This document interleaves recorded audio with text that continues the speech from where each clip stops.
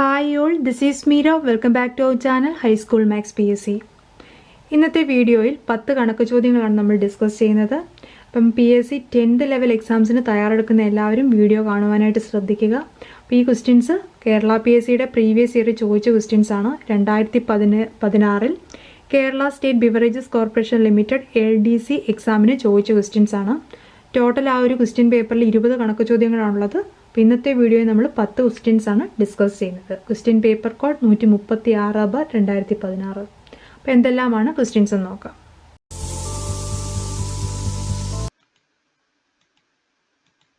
ഒന്നാമത്തെ ക്വസ്റ്റ്യൻ നോക്കാം. Question number 71. K+2, 4K - 6, 3K - 2 എന്നിവ ഒരു സമാന്തര ശ്രേണിയിലെ തുടർച്ചയായ 3 പദങ്ങളായാൽ Kയുടെ വില എന്ത്? ഒരു സമാന്തര ശ്രേണിയിലെ തുടർച്ചയായ 3 പദം തന്നിട്ടതിലെ Kയുടെ വില ചോദിച്ചിരിക്കുകയാണ്. ഒന്നാമത്തെ മെത്തേഡ് എന്താണ്? ഈ ഓപ്ഷൻസ് സബ്സ്റ്റിറ്റ്യൂട്ട് ചെയ്യുക. അപ്പം 3 നമ്മൾ സബ്സ്റ്റിറ്റ്യൂട്ട് ചെയ്യുമ്പോൾ ഫസ്റ്റ് ടേം എന്ത് ലഭിക്കും? 3 + 2 5 വരും. അടുത്തത് ഇവിടെ 4 × 3 12, 12 ൽ നിന്ന് 6 മൈനസ് ചെയ്താൽ 6 വരും. ഇവിടെ ഇനി 3 × 3 9, 9 ൽ നിന്ന് 2 മൈനസ് ചെയ്താൽ 7 വരും. അപ്പം 5 6 7. ഇതൊരു സമാന്തര ശ്രേണി തന്നെയല്ലേ, അതായത് 1 വെച്ച് കൂടിക്കൊണ്ടിരിക്കുന്നു. അപ്പോൾ ഇത് കറക്റ്റാണ്, 3 നമ്മുടെ ആൻസർ എന്ന് കിട്ടി. ഇനി ഇങ്ങനെ ചെയ്ത് വരുമ്പോഴത്തേക്ക് ഇതിപ്പം നമ്മുടെ 3 എന്നുള്ള ആൻസർ D ആണെങ്കിൽ നമ്മൾ അത്രയും ടൈംസ് ചെയ്യേണ്ടി വരും. അപ്പോൾ ഇതിൻ്റെ കറക്റ്റായിട്ടുള്ള പ്രോപ്പർ മെത്തേഡിലൂടെ നമുക്ക് പറഞ്ഞു പോകാം. അപ്പം സോൾവ് ചെയ്യാനായിട്ട് ബുദ്ധിമുട്ടുള്ളവർ ഇങ്ങനെ ഓപ്ഷൻസ് സബ്സ്റ്റിറ്റ്യൂട്ട് ചെയ്ത് നോക്കുക. അതിനുശേഷം അത് സമാന്തര ശ്രേണിയാണോ നോക്കുക. സമാന്തര ശ്രേണിയാണോ എന്ന് എങ്ങനെയാണ് ചെക്ക് ചെയ്തത്? ഈ ടേംസ് എല്ലാം കണ്ടെത്തിയതിന് ശേഷം ഇതിൻ്റെ പൊതു വ്യത്യാസം ഈക്വൽ ആണോ നോക്കിയാൽ മതി. ഇവിടെ നമ്മൾ ചെയ്യുന്നത് ഇപ്പം 1 2 3 ഇതൊരു സമാന്തര ശ്രേണിയാണ്. ഇതിൻ്റെ മിഡിൽ ടേം എന്ന് പറയുന്നത് 2 എന്ന് പറയുന്നത് എങ്ങനെ കണ്ടെത്താം? ഇത് തമ്മിൽ ആഡ് ചെയ്തിട്ട് 2 കൊണ്ട് ഡിവൈഡ് ചെയ്താൽ മതി. 3 + 1 4 ആണ്. 4നെ 2 കൊണ്ട് ഡിവൈഡ് ചെയ്യുമ്പോൾ നമുക്ക് ഈ മിഡിൽ ടേം കിട്ടും. അത് തന്നെ ഇവിടെ നോക്കിയേ. ഫസ്റ്റ് ടേം K+2, മൂന്നാമത്തെ ടേം എന്താണ്? 3K - 2. ഇത് തമ്മിൽ ആഡ് ചെയ്യുക, ബൈ 2 ചെയ്യുക. അപ്പം നമുക്ക് ലഭിക്കേണ്ടത് എന്താണ്?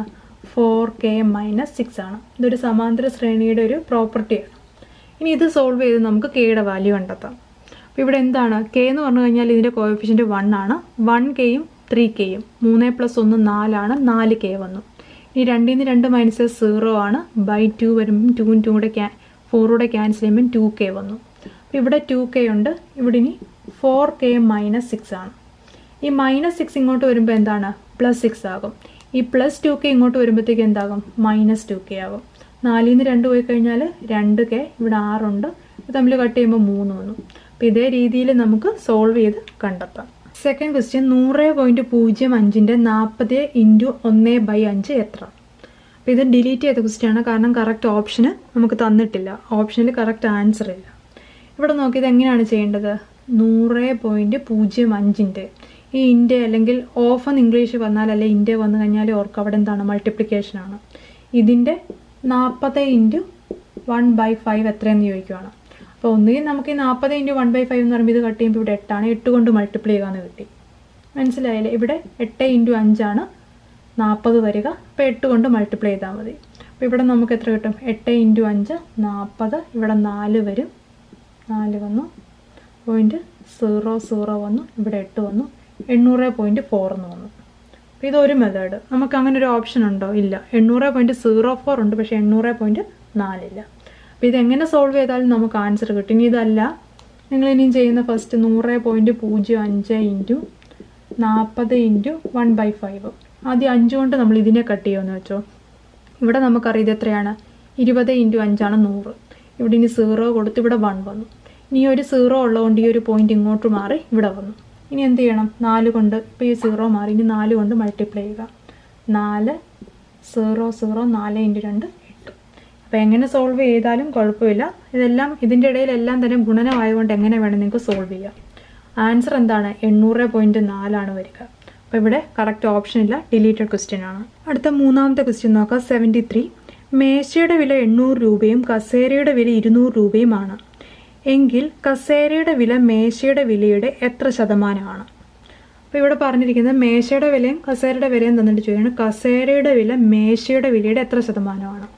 ഈ 800 200 തമ്മിലുള്ള റിലേഷൻ തന്നെ നോക്കിയേ. 200 + 200 + 200 + 200 അല്ലേ 800.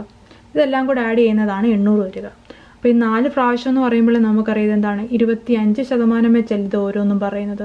അങ്ങനെ വന്നാലല്ലേ 4 പ്രാവശ്യം എന്നുള്ളത് 800 ആവത്തുള്ളൂ. അപ്പോൾ 800ൻ്റെ എത്ര ശതമാനമാണ് 200 എന്ന് ചോദിച്ചു കഴിഞ്ഞാൽ 25%. ഇതല്ലെങ്കിൽ നമ്മൾ കാണുന്നത് എങ്ങനെയാണ്? മേശയുടെ വില 800, മേശയുടെ വിലയുടെ എത്ര ശതമാനമാണ് ഈ പറഞ്ഞിരിക്കുന്ന കസേരയുടെ വില. ഈ ഒരു ഇക്വേഷനിലും നമുക്ക് കണ്ടെത്താവുന്നതേ ഉള്ളൂ. മേശയുടെ വിലയുടെ എത്ര ശതമാനമാണ് കസേരയുടെ വില. അപ്പോൾ ഇത് തമ്മിൽ കട്ട് ചെയ്ത് കഴിഞ്ഞാൽ ഇവിടെ എത്ര വരും? 4 വരും. ഇത് തമ്മിൽ കട്ട് ചെയ്യുമ്പോൾ 25 വന്നു.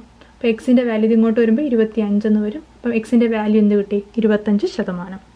അപ്പോൾ ഇവിടെ മേശയുടെ വില കസേരയുടെ വില മേശയുടെ വിലയുടെ 25%. അടുത്ത ക്വസ്റ്റ്യൻ ഡിലീറ്റഡ് ആണ്, കാരണം കറക്റ്റ് ആൻസർ ഓപ്ഷനിലില്ല. ക്വസ്റ്റ്യൻ ഇതാണ്: ഒരാൾ 1200 രൂപ മുടക്കി ഒരു പശുവിനെ വാങ്ങി ഇതിനെ 1600 രൂപയ്ക്ക് വിറ്റാൽ ലാഭശതമാനം എത്ര?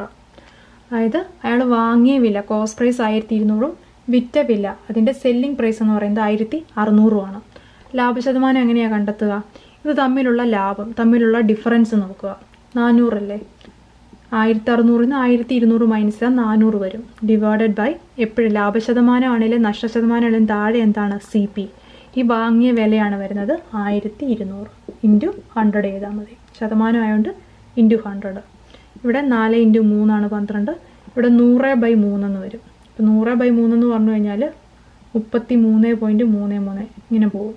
അടുത്ത 5ാമത്തെ ക്വസ്റ്റ്യൻ: 3000 രൂപയ്ക്ക് 2 വർഷത്തെ സാധാരണ പലിശ 240 രൂപയാണെങ്കിൽ പലിശ നിരക്ക് എത്ര? അപ്പോൾ നമുക്കറിയാം നമ്മുടെ സാധാരണ പലിശയുടെ ഇക്വേഷൻ എന്താണ്?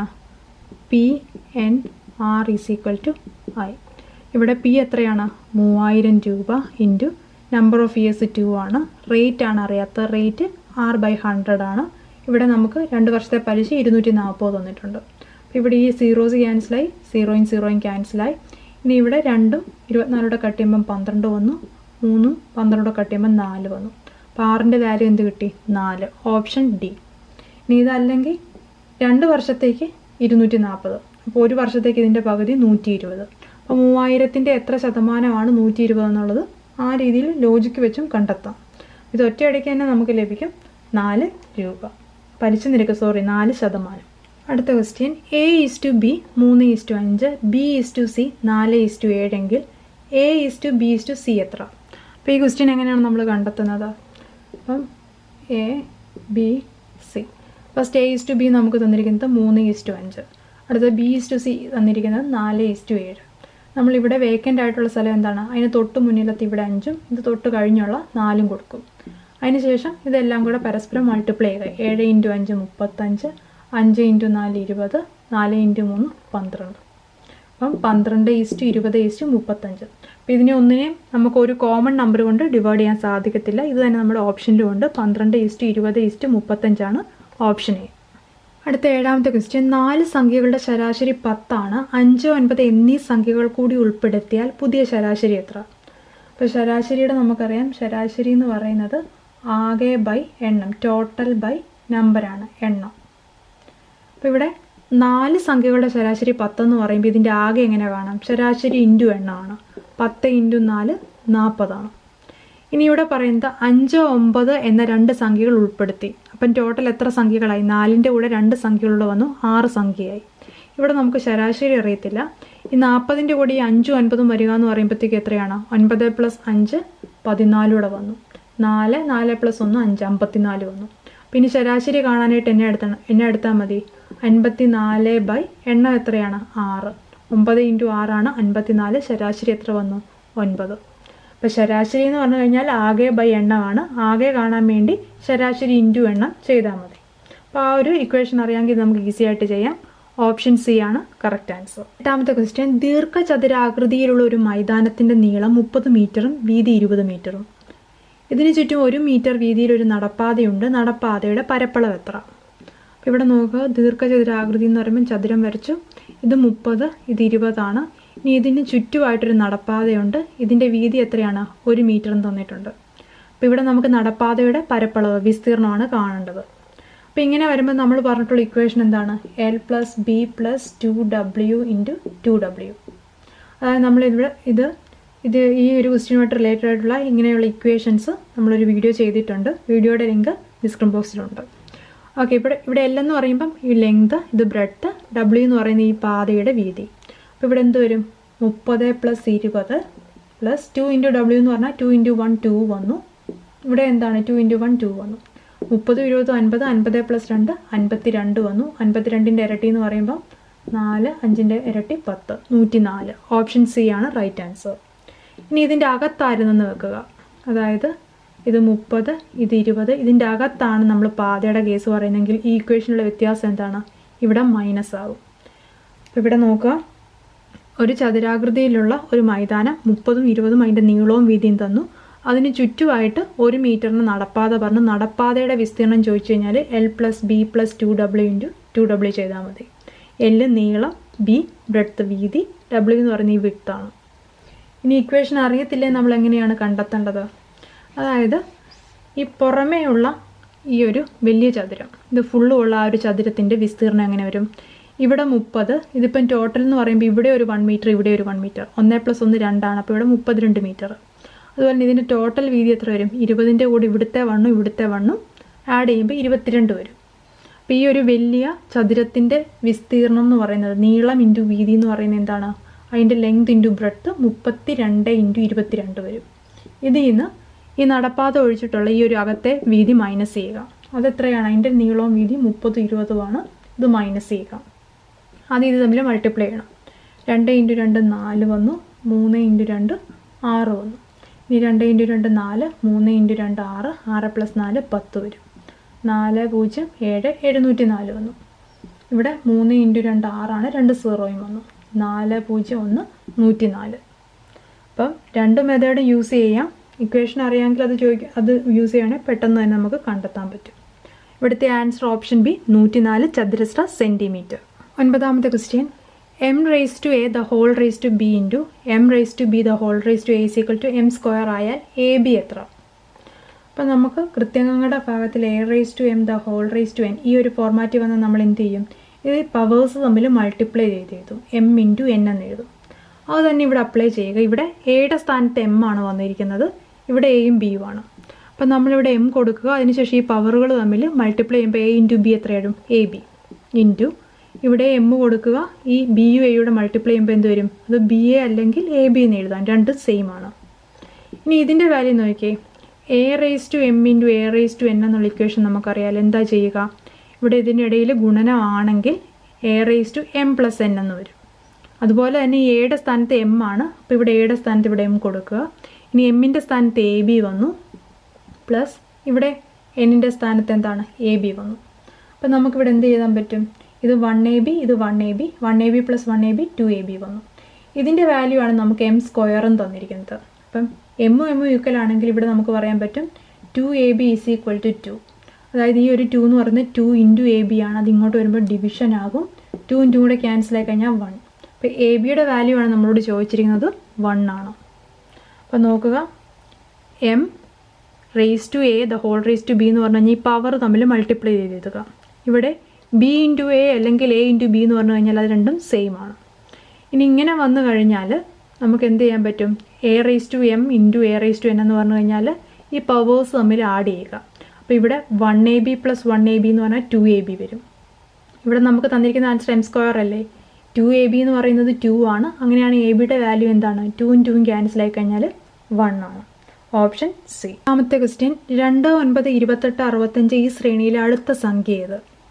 അപ്പോൾ ഈ ഒരു സംഖ്യകൾ കാണുമ്പോൾ തന്നെ 64 + 1, ഇത് 27 + 1, ഇത് 8 + 1, ഇത് 1 + 1. എന്താണ് ഈ 64 27 8 1ൻ്റെ പ്രത്യേകത? ഇവയെല്ലാം ക്യൂബുകളാണ്, പെർഫെക്റ്റ് ക്യൂബുകളാണ്. ഇത് 4ൻ്റെ ക്യൂബ്, 4ൻ്റെ ക്യൂബ് + 1 ആണ് 65. ഇത് 3യുടെ ക്യൂബാണ്, ഇത് 2ൻ്റെ ക്യൂബാണ്, ഇത് 1ൻ്റെ ക്യൂബാണ്. അപ്പം ക്യൂബുകൾ അതിൻ്റെ കൂടെ 1 കൂടെ ആഡ് ചെയ്യുന്നതാണ് നമ്മുടെ ഈ ഒരു ശ്രേണി എന്ന് പറയുന്നത്. അപ്പോൾ ഇവിടെ ഇനി എന്താണ്? 1 2 3 4 കഴിഞ്ഞ് 5 ക്യൂബ് + 1 വരും. 5 ക്യൂബ് എന്ന് പറഞ്ഞു കഴിഞ്ഞാൽ 5 × 5 25 × 5 125 വരും. 125 + 1 എന്ന് പറഞ്ഞാൽ 126. അപ്പോൾ ഈ ശ്രേണിയിലെ അടുത്ത സംഖ്യ 126 ആണ്. Option B. അപ്പോൾ ഇന്ന് നമ്മൾ 10 ക്വസ്റ്റ്യൻസ് ആണ് കംപ്ലീറ്റ് ചെയ്തത്. അപ്പോൾ നമ്മൾ ചെയ്ത മെത്തേഡൊക്കെ എല്ലാവർക്കും മനസ്സിലായെന്ന് വിചാരിക്കുന്നു. ക്ലാസ്സിനെ കുറിച്ചുള്ള അഭിപ്രായം കമൻസിലൂടെ അറിയിക്കുക. നമുക്ക് അടുത്ത വീഡിയോയിൽ കാണാം. ബൈ.